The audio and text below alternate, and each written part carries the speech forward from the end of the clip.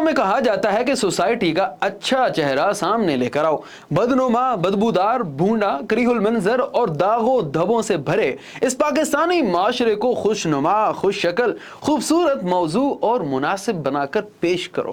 ہماری لاکھ کوشش کے باوجود بھی ہم یہ سب کرنے سے قاصر ہو جاتے ہیں۔ اس کی بنیادی وجہ یہ ہے کہ ہم مجموعی طور پر اتنی تنزلی کا شکار ہو چکے ہیں کہ اب مزید کوئی گنجائش نہیں رہی۔ ہمارے شہروں، قصبوں، گاؤں اور دیہاتوں میں اب ڈاکہ زنی، چوری، فراڈ اور ہر غیر قانونی اور غیر اخلاقی کام سینہ ٹھوک کے سرپرستوں کی سرپرستی میں کیا جاتا ہے۔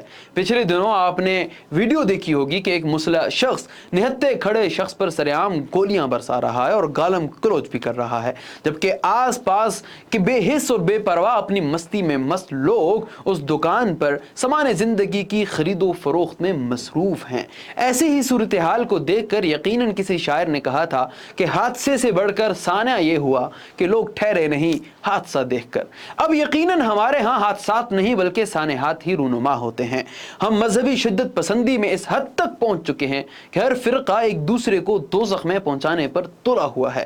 اقلیتوں سے ہم آہنگی اتنی کہ پورے شہر نے مل کر گزشتہ دنوں جڑاوالا میں مسیحی برادری کا چرچ اور آس پاس میں موجود گھروں سمیت جلا ڈالا۔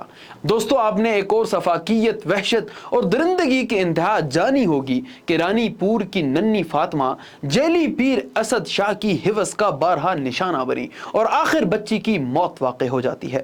گزشتہ دنوں آپ کے علم میں یقیناً آیا ہوگا کہ جن کی ذمہ داری اس معاشرے میں لاقانونیت کا خاتمہ کرنا تھا اور معاشرے میں انصاف کا بول بالا کرنا تھا، ان کے گھروں کی حالت ایسی ہے کہ ایک سول جج کی بیوی سومیا عاصم اپنے ہی گھر میں بطور نگرانی کام کرنے والی کم عمر بچی پر اتنا تشدد کرتی ہے کہ بچی موت کے منہ سے واپس آتی ہے، جس کا علاج تاحال جاری ہے۔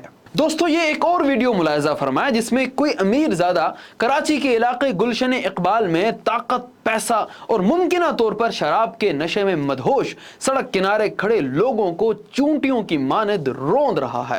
دوستو، اس سانحے میں مولانا ساجد حسین شامی صاحب اپنی 2 بچیوں اور ایک بھانجی سمیت بڑی بے دردی سے روند دیے گئے، اور پھر ویگو ڈالے میں بیٹھے اس وڈیرے نے فرار ہونے کی کوشش کرتی ہوئی ایک اور مزید بچی کو کچل ڈالا۔ اب جبکہ یہ تمام زخمی افراد تاحال ہسپتال میں زیر علاج ہیں، آپ دل پر ہاتھ رکھ کر ذرا مجھے بتائیے اور پاکستانی عدالتوں کے انصاف کے نظام کو دیکھتے ہوئے ذرا بتائیے کہ کیا کسی ایک بھی کیس میں کسی بھی مجرم کو کیا سزا ہو پائے گی؟ کیا آج تک کسی وڈیرے کو پھانسی کا پھندے پر جھومتے ہوئے آپ نے دیکھا ہے؟ لگتا یوں ہے کہ پوری پاکستانی 24 کروڑ عوام اس ملک کی 1% ایلیٹ کے ہاتھوں بری طریقے سے یرغمال بن چکی ہے، جس کا مستقبل قریب میں کوئی حل نظر نہیں آ رہا۔